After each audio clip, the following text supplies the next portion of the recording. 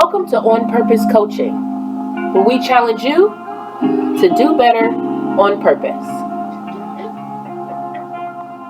Okay, Adam, let's talk to Adam, guys. Let's hear from a two. And Tina, we'll hear from you. You're new too. Yeah.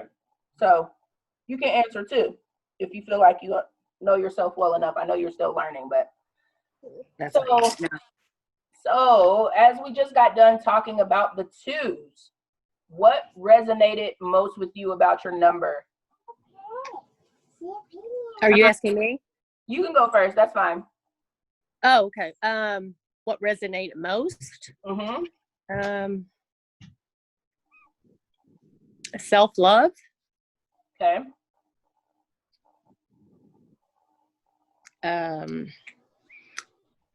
Taking care of other people, not knowing how to take care of my needs. Mm-hmm. Mm-hmm. Mm-hmm. How do you feel about that? Oh, she's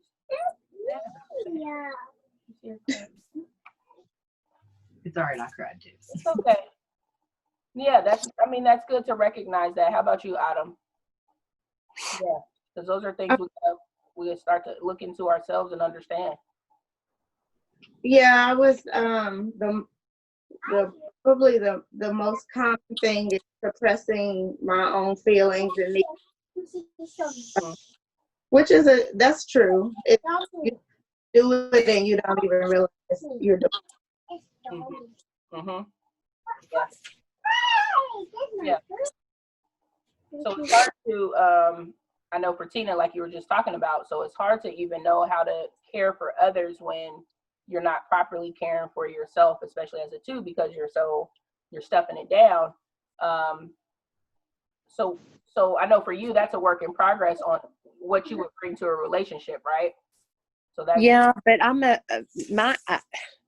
I understand what you're saying, but I'm a natural caregiver, so I've been a living giver of 11 years to a woman, and then another woman for 3 years, and then a gentleman for a period of time for a friend of mine, and then another woman with cerebral palsy for 7 years. So I know how to take care of them. I just wish I knew how to take care of myself.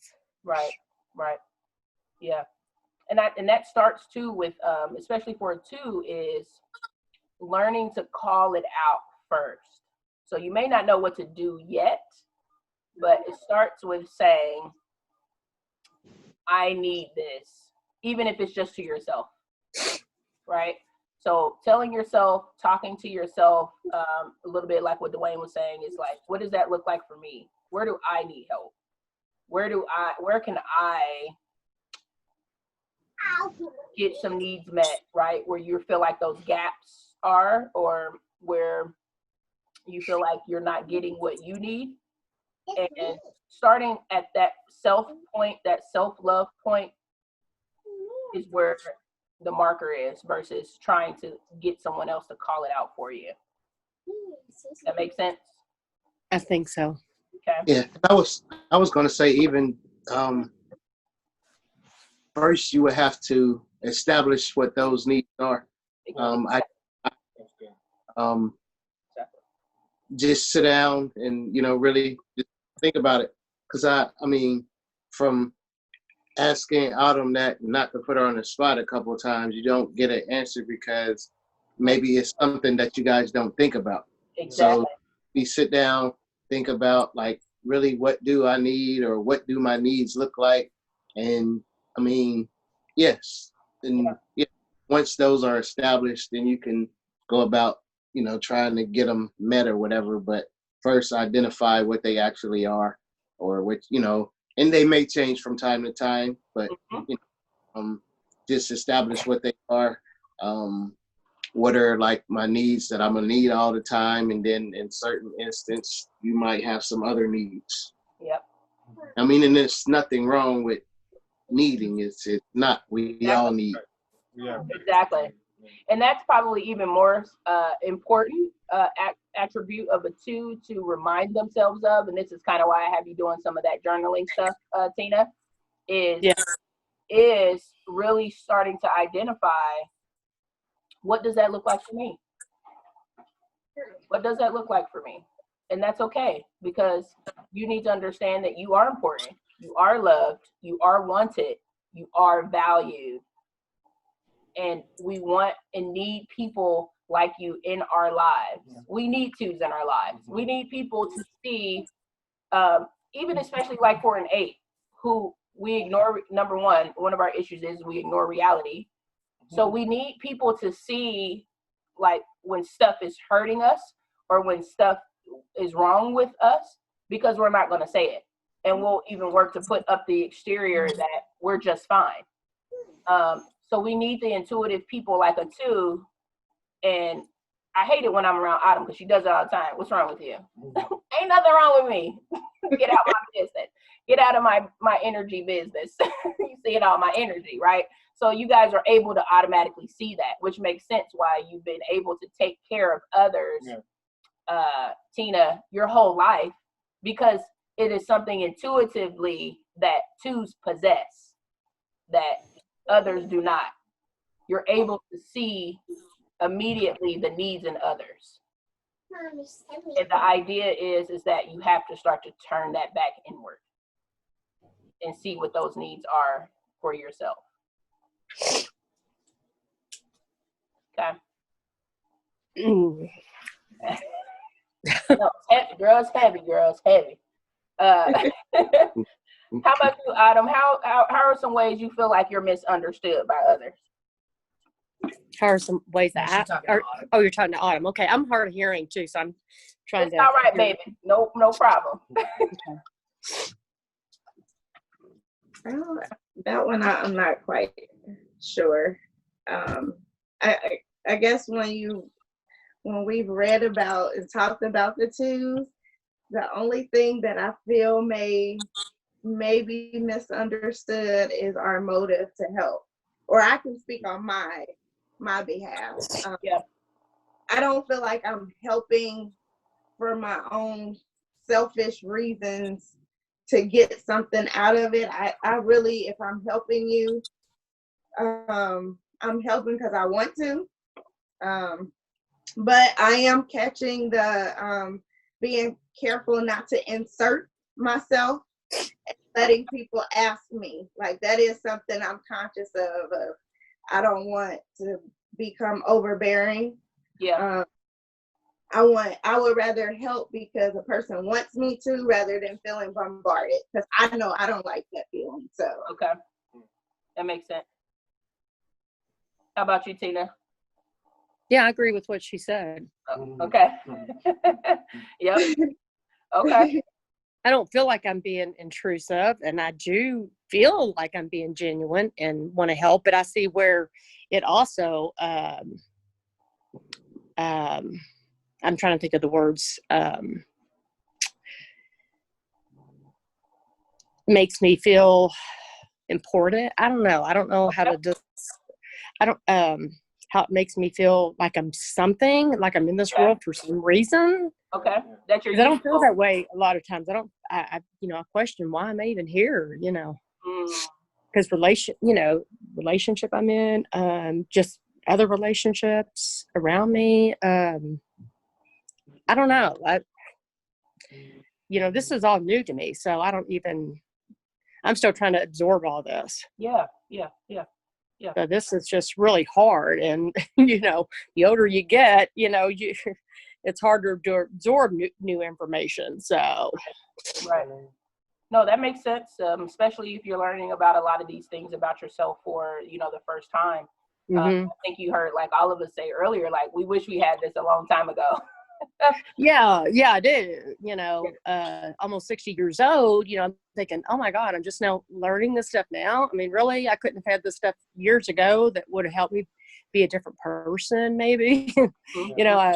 I'm resentful of myself because I can't say no a lot of times, and I'm too agreeable because I don't want conflict, but I don't like being that person. Okay. Yeah. Well, the first key, you hear me say this almost every week, is awareness. So you have to know that it's happening first and see yourself, and then call it out to know that it's happening, and how to do something different.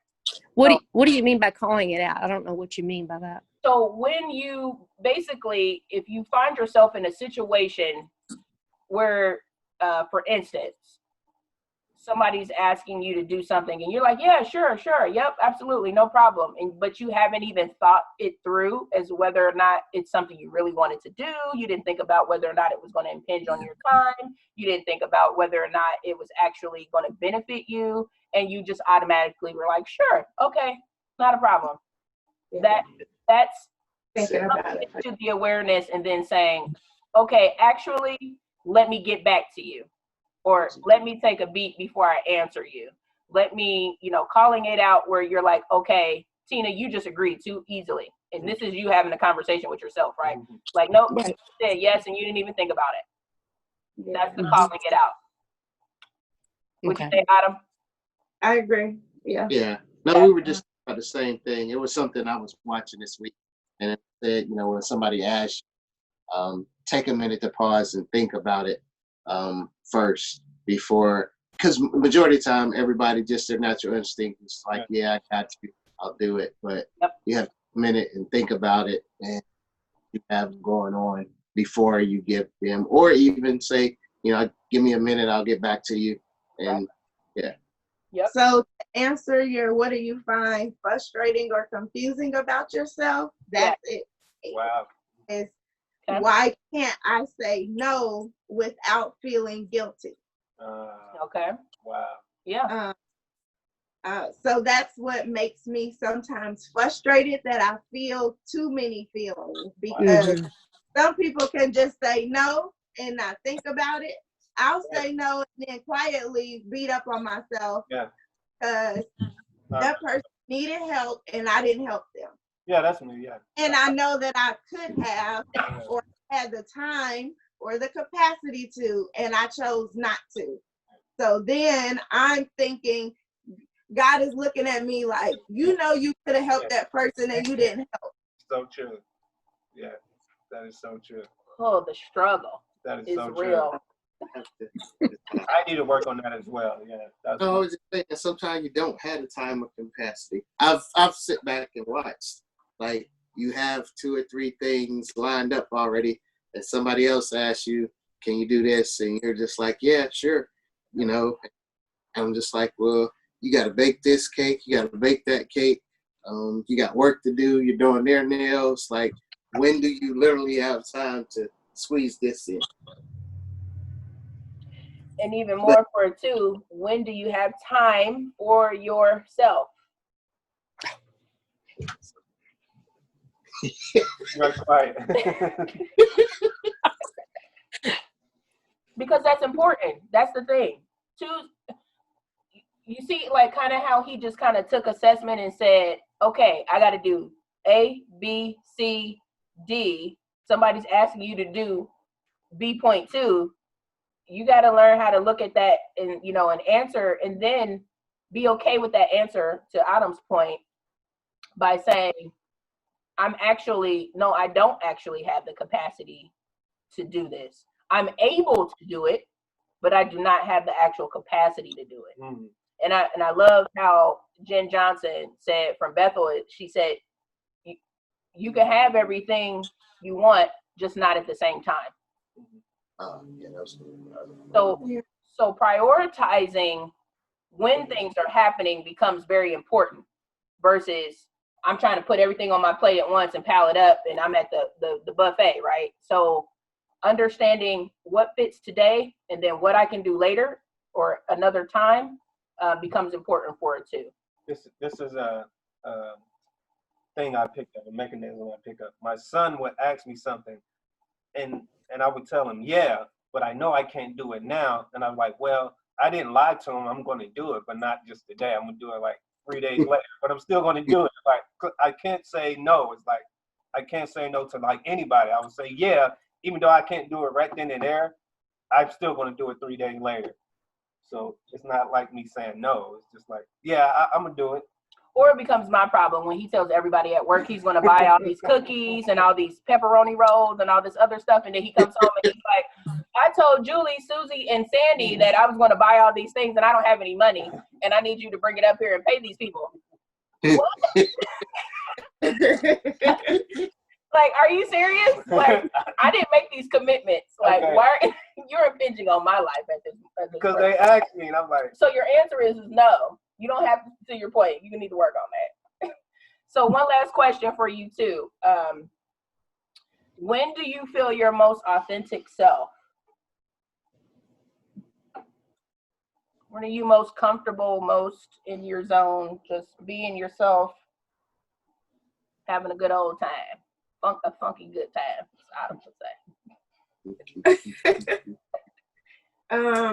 When I'm not helping somebody. good. When you're not helping somebody, that makes sense for it too. When you're not helping somebody. How about you, Tina Bina? Yeah, I do agree with that because it's, you know, you don't have those moments very often. So yeah, when you don't have to feel like you got to help somebody, yeah, that is relaxing. It's relaxing. Relaxing. Yeah, I mean, being myself. Yeah. Mm-hmm.